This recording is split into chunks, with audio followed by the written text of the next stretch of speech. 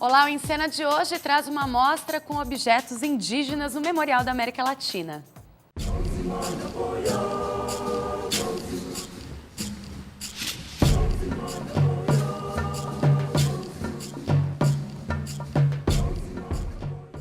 Tem também a mega exposição Bossa na Oca.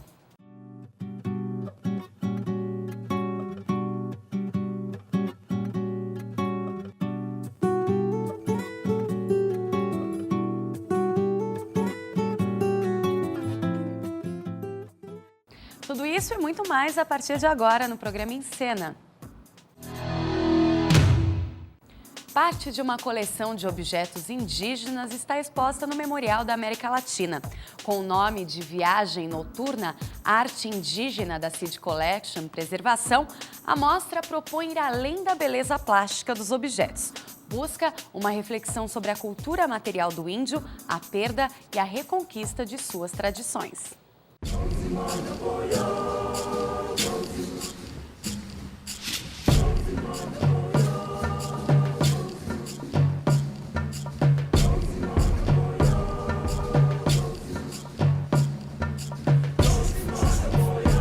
Nós estamos conversando a respeito dessa exposição há muito tempo e a realidade do acervo, o momento do acervo é o momento da preservação, ou seja, desde quando ele foi trazido ao memorial, estamos tratando esse acervo, os objetos, né? E também implantando uma reserva técnica para condicionar o acervo.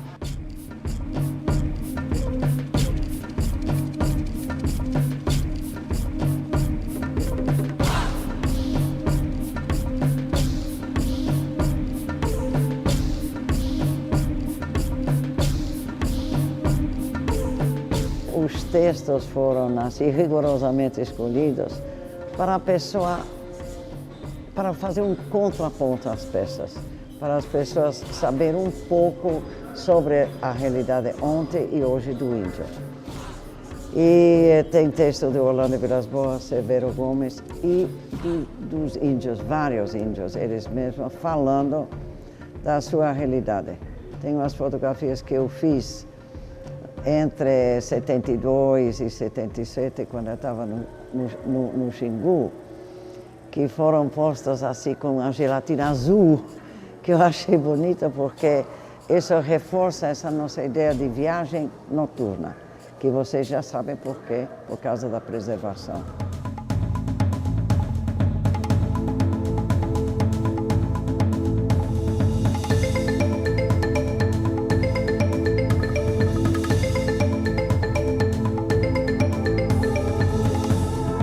Nossa preocupação a todo momento é, ao disponibilizar para o observador, né, para o visitante o acervo, como está acontecendo aqui nessa exposição, que ele não ficasse reduzido a uma problemática única, porque o valor desse bem cultural é tão grande que a ideia é polarizar ao máximo essa discussão em torno da cultura indígena.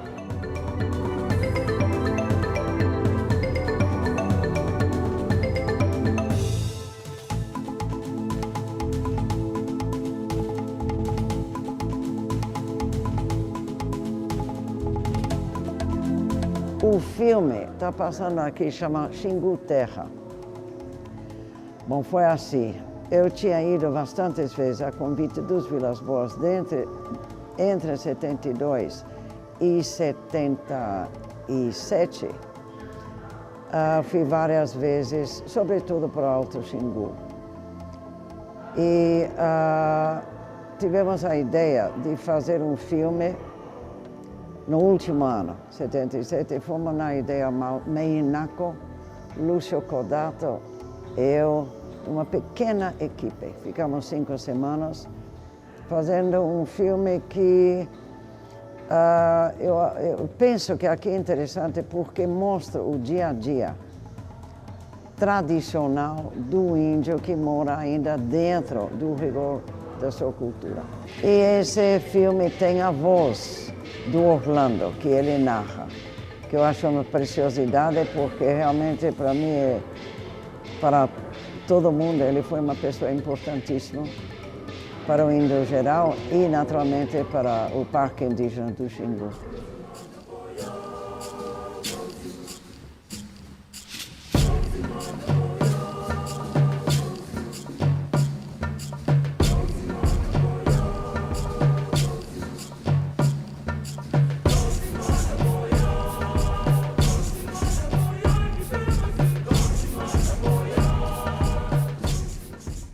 O Memorial da América Latina abrigou na última semana o terceiro Festival de Cinema Latino-Americano de São Paulo. Com o objetivo de discutir a singularidade estética da cinematografia latino-americana, o evento contou com a presença de grandes nomes do cinema latino, oficinas e, claro, ótimas exibições.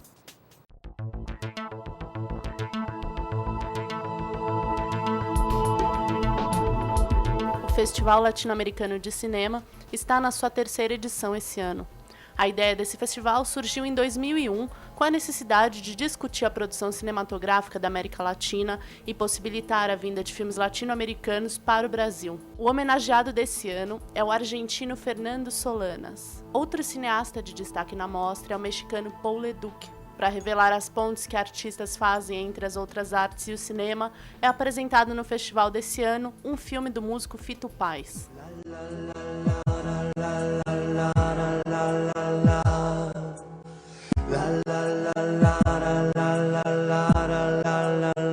O Fernando Solanas, que é o homenageado desse ano, assim como o Paul Leduc, que foi homenageado do ano passado, e o Birri, Fernando Birri, que é argentino, mas tem toda uma história em Cuba, eles são cineastas que tiveram essa preocupação de questões comuns a toda a América Latina.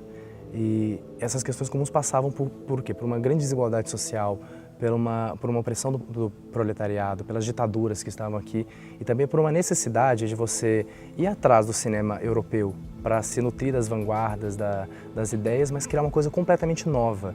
O cinema novo ele tinha muito essa característica que é bem brasileira, assim, de você ir atrás de uma linguagem que está sendo discutida e criar uma coisa muito própria.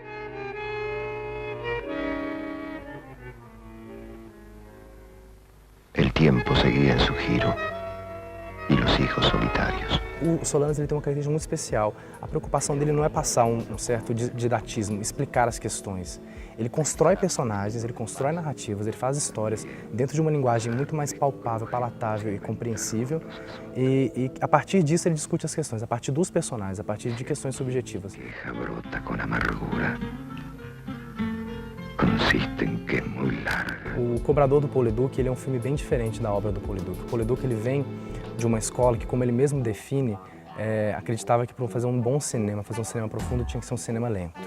Um cinema que as imagens eram projetadas, elas ficavam guardadas na cabeça da pessoa e a partir disso ela ficava elaborando suas próprias percepções sobre o que ela via, né? O Tarkovsky era bem a escola do Paul Leduc, essa escola do cinema mais lento, do tempo morto, né? Antonioni, esses cineastas todos que na época faziam um cinema maravilhoso. E o Cobrador é uma coisa que derruba qualquer um, que vai assistir um filme do Paul Leduc lento, mas é um filme extremamente dinâmico, rápido, com câmera na mão, com planos, com cortes muito rápidos, edição. É sensacional a edição do Cobrador, porque ela trabalha com 3 histórias diferentes, quer dizer, com 3 núcleos de personagens diferentes em países diferentes e vai conectando elas de formas bem... É um roteiro muito inovador, muito interessante. É parte do Rubem Fonseca, inclusive, né? Parte dos contos do Rubem Fonseca. Zona Norte, el soporte urbano, nos están robando.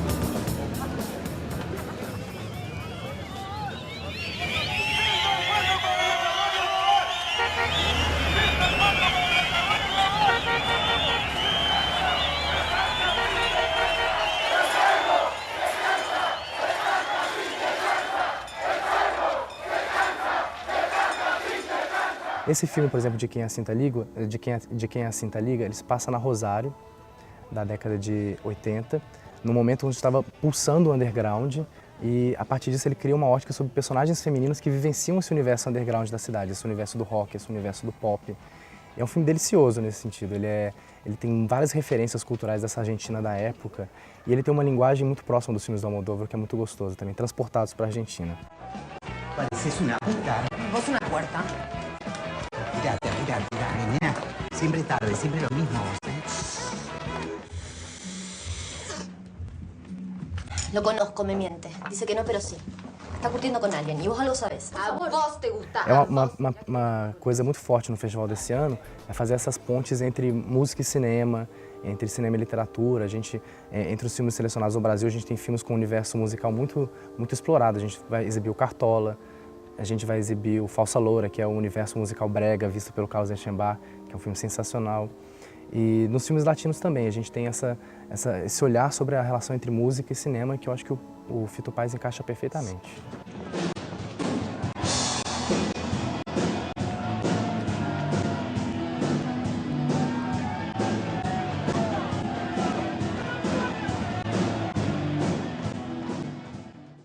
Você fica agora com o que rola nos palcos de São Paulo.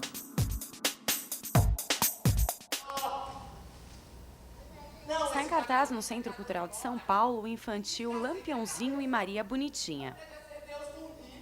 Na história, o bando de Pirilampo Lampião é perseguido pela polícia.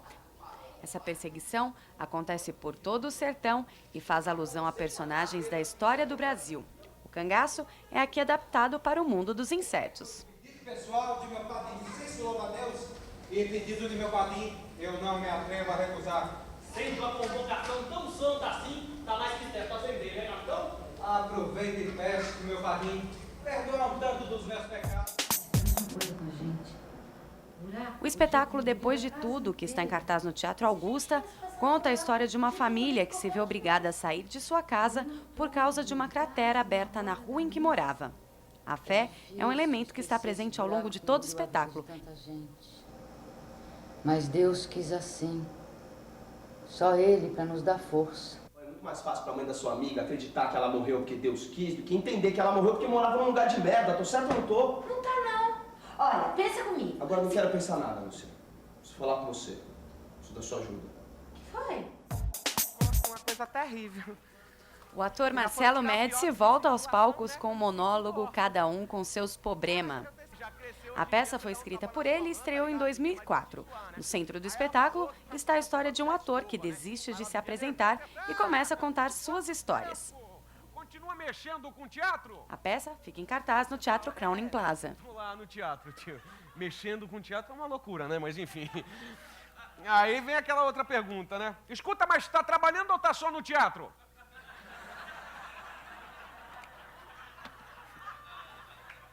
Aí vem a clássica. Escuta, quando é que eu vou te ver na televisão, pô? Quero lá te ver beijando as mulheres bonitas. No próximo bloco, você confere a mostra Bossa na Oca. Voltamos já. A Galeria Brito Simino recebe a expoente internacional da performance art, Marina Abramovic, com a exposição Objetos Transitórios para Uso Humano em sua primeira mostra individual no Brasil.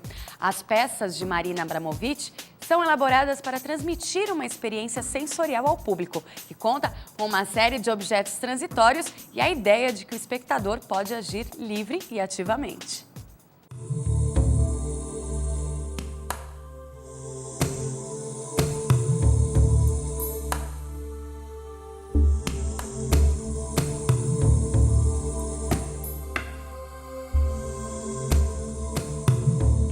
A Marina é considerada a maior artista da performance, né, da atualidade, assim. Ela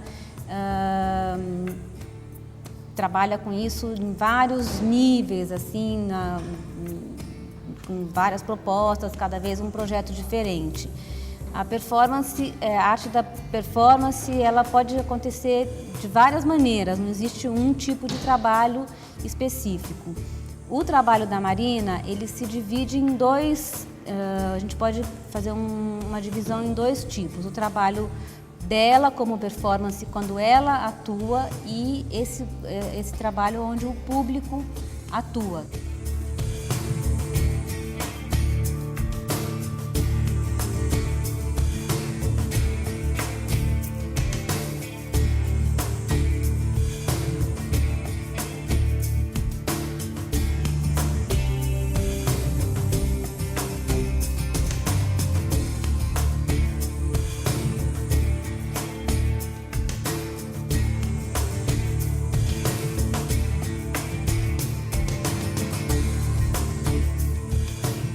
cada trabalho ela propõe, ela dá instruções de como utilizar e como participar do trabalho. E cada um dele tem uma especificidade de tempo de como ser usado.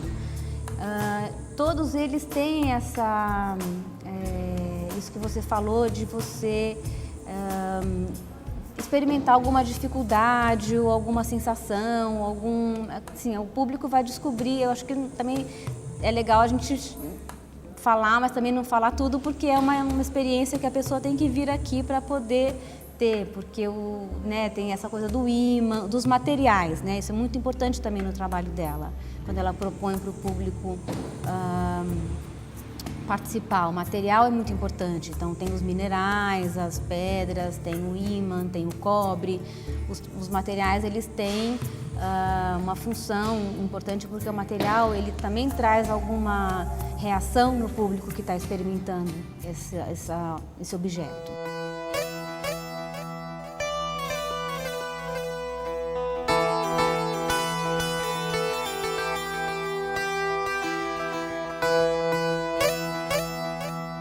Quer que tenha essa leitura nem simbólica, ela quer que tenha uma leitura mais simples mesmo de objeto, por isso que ela chama de objeto mesmo, porque é lógico que cada um vai ter uma leitura, a obra de arte ela é sempre aberta para a leitura que cada um vai ter.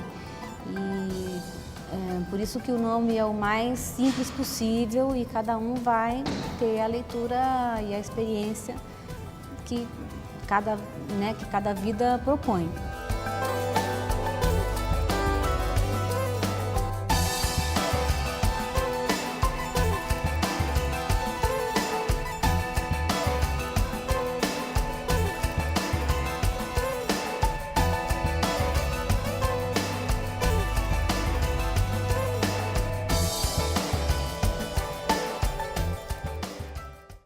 São Paulo está sediando a maior homenagem feita à geração da Bossa Nova e uma das maiores exposições já realizadas no país sobre música. Com alto grau de interatividade e apoiada em recursos tecnológicos de última geração, a mega exposição Bossa na Oca ocupa a Oca do Ibirapuera para promover uma viagem pela história do gênero musical brasileiro de maior projeção internacional.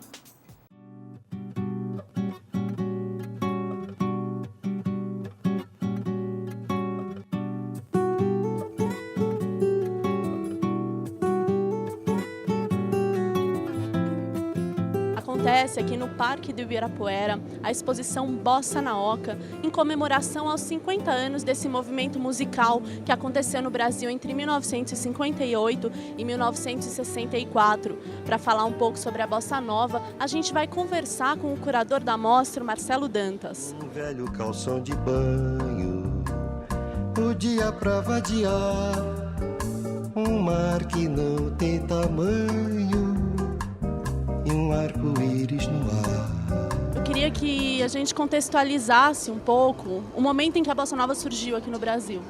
Bom, é mais ou menos a sensação de que um filme já tinha começado. O cinema brasileiro já tinha mudado com o Rio 40 Graus, você já tinha a arquitetura do Niemeyer construindo espaços como a Oca, né, e o Parque do Ibirapuera, Brasília já estava em planejamento, o futebol do Pelé já tinha acontecido para o mundo, ou seja, toda uma mudança na paisagem doméstica da casa das pessoas, com os eletrodomésticos, com telefone, com televisão, a chegada da industrialização e de repente faltou a trilha sonora. Que música é essa? A música que tinha não combinava com aquilo com uma enorme mudança na vida das pessoas que estava acontecendo. Democracia com Juscelino e de repente chega a Bossa Nova que responde, de certa forma, né, a um anseio de uma nova trilha para esse novo filme que o Brasil começava a viver.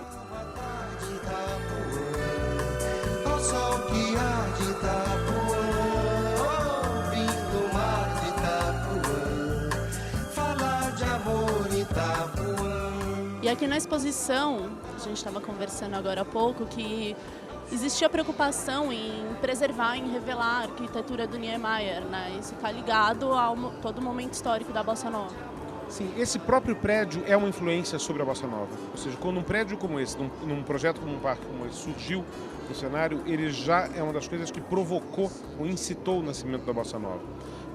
Uma coisa que eu, ao começar a desenhar esse projeto, quis manter era o seguinte: você visitar o espaço e conseguir entendê-lo. Poucas exposições na Oca te permitiram ver o espaço como uma exposição desse. Ela não tem paredes, ela tem um mínimo de divisórias, ela tem uma transparência o tempo todo para você ver que arquitetura é essa, como ela é feita e que ela dialoga, quer dizer, essas curvas da rampa dialogam com as calçadas de Copacabana do Burle Marx. Burle Marx e Niemeyer, duas figuras fundamentais desse momento. Os olhos já não podem ver coisas que só o coração pode entender.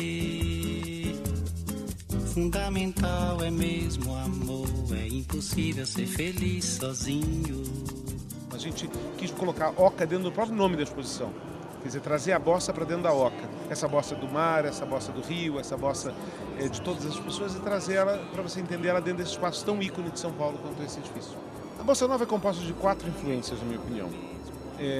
O samba, que é de onde ela vem, é pai e mãe, né?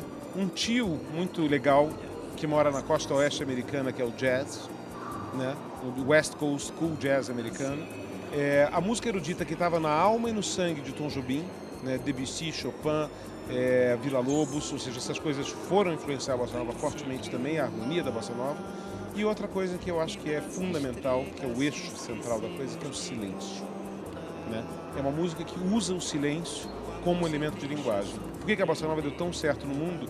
É porque ela, ao misturar esses elementos, ela chega a uma síntese mínima que consegue se comunicar com quase toda e qualquer cultura. Do Japão, à Rússia, à África, à Europa, ao Brasil, aos Estados Unidos. A Bossa Nova é uma linguagem que abriu portas, porque todo mundo a entendia. Esse corpo moreno, cheiroso e gostoso que você tem, é um corpo delgado da cor do pecado que faz tão bem. Esse beijo molhado, escandalizado que você me deu, tem sabor diferente que a boca da gente jamais esqueceu. E se você gosta de cinema, fique agora com os destaques da telona. Durante a tentativa de encontrar seu irmão, Trevor descobre o centro da Terra e todos os seus mistérios e perigos. Viagem ao Centro da Terra, o filme, é baseado no livro de Júlio Verne e o primeiro feito em 3D. That way! That's lava. It's getting closer.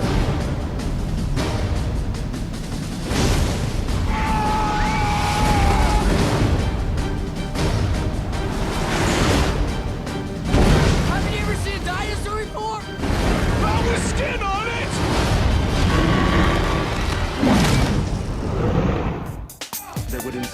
Considerado o mestre do humor satírico francês, Jean-Baptiste Poquelin, o Molière, costumava ridicularizar os costumes franceses em suas peças de teatro.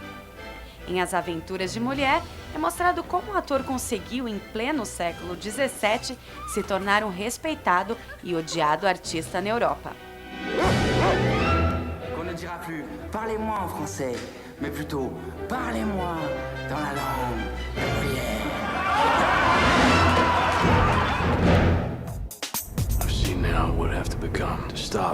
2 anos depois, com a presença de Batman para defender os moradores de Gotham City, os criminosos têm muito o que temer.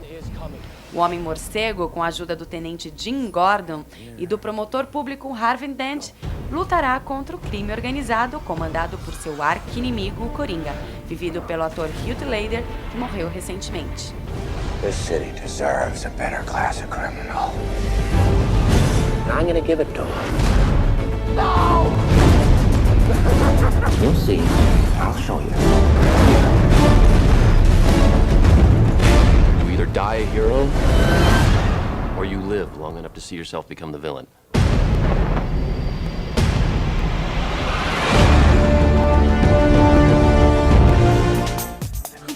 Em A Ilha da Imaginação, uma garota viaja com seu pai cientista para uma ilha isolada no Pacífico Sul. Ao se perderem no mar, ela passa a se comunicar eletronicamente com uma pessoa que ela acredita ser personagem de um livro, mas que na realidade é uma escritora reclusa, vivida por Jodie Foster. Abigail Breslin. Jodie Foster. And Gerard Butler. Come on, he needs us! Nims Island. Bom, o programa Em Cena fica por aqui. Mande seu e-mail pra gente no endereço cultural@canalsp.com.br e acesse nosso blog também. O endereço você encontra aqui na tela. Até o próximo programa. Tchau!